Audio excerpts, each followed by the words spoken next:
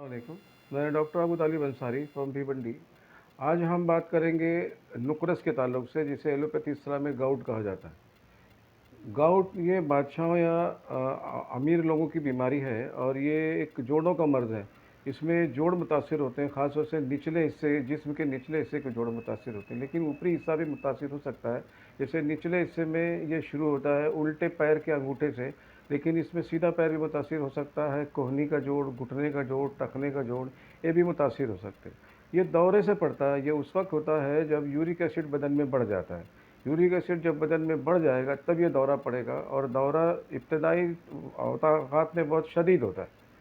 और ये दौरा जो है ना 3 दिन से 14 दिन के बीच में रहता है। शुरू में ये बहुत शदीद दर्द होता है, जोड़ों में दर्द, और इसमें वरम होता है।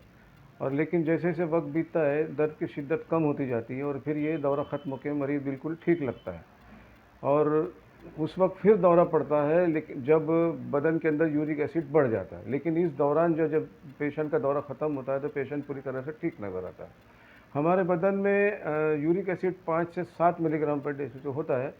तो ये अगर इससे ज़्यादा बढ़ जाए, जब 8, 8.5 या 9 हो जाए, तब ये दौरा पड़ता है। और ये होता ही इसमें यह है कि यूरिक एसिड जो है ना जोड़ों में जमा हो जाता है और उसके आसपास जमा हो जाता है, और उसमें मोनोसोडियम यूरेट की कलमें बनती हैं जो नोकदार होती हैं और चुभती हैं। इससे ये दर्द होता है और मरीज़ बिल्कुल परेशान हो जाता है। और जब ज़्यादा वक्त बीते तो ये जिल्द के नीचे इसकी कलमें जमा हो जाती हैं, जो जिसको टफाई कहते हैं। आमतौर से ये मर्दों में और ज़्यादा उम्र के लोगों में होता है। और ये देखा जाए तो इसके असबाब में मेटाबॉलिक डिसऑर्डर ज़्यादा हैं इसमें, ख़ास तौर से डायबिटीज़ है, हाइपरटेंशन है, मोटापा है, ये इसमें ज़्यादा मुतासिर होता है। इसके अलावा अगर किडनी के अमराज हैं जिसमें किडनी यूरिक एसिड छान नहीं पाती है या ज़्यादा प्रोडक्शन यूरिक एसिड का रहता है, तो इसके वजह से होता है। ख़ास तौर से इसमें एक बात बहुत अहम है कि जब ऐसी ग़िज़ा जिसमें प्यूरिन ज़्यादा होता है, प्यूरिन टूट के यूरिक एसिड में तब्दील होता है, तो ये प्यूरिन वाली ग़िज़ा में जब ज़्यादा इस्तेमाल की जाए तो इससे ये मसला आता है। तो असबाब में जैसे हमने बताया कि मोटापा है, हाइपरटेंशन है, डायबिटीज़ है, किडनी के अमराज हैं, यूरिक एसिड वाली ग़िज़ाएँ या प्यूरिन वाली ग़िज़ाएँ ज़्यादा इस्तेमाल करना, और साथ में शराब का इस्तेमाल अगर ज़्यादा है, डिहाइड्रेशन है, तब ये मर्ज़ आता है।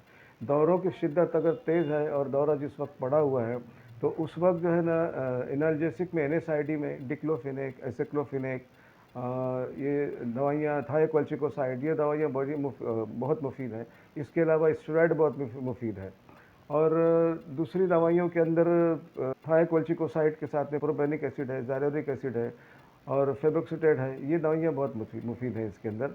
और परहेज़ में मीठी अशिया ज़्यादा इस्तेमाल ना करें, बेकरी प्रोडक्ट से परहेज़ करें, और ऐसी ग़िज़ाएँ जिसमें प्यूरिन होता है, ख़ास तौर से मछलियाँ या फर्स्ट क्लास प्रोटीन, ये इसको अवॉइड करें तो इंशाल्लाह इससे महफूज रहते हैं। तिब्बे यूनानी से जो लोग दिलचस्पी रखते हैं उनके लिए जिस वक्त दौरा पड़े तो उस वक्त जो है ना मुकामी तौर पर लगाने के लिए रोग़न मारकंगनी है और डी पेन है, हब्बे सूरनजान है, ये उस वक्त जब दौरा शदीद पड़े तब ले सकते हैं। इसके अलावा भी जवारी ज़रूरी अंबरी मनुस्का कला है, और माजूम चोपचुनी है, माजूम सूरनजान है, हब्बे अज़गंध है, ये सवारी दवाइयाँ भी बहुत मुफीद हैं।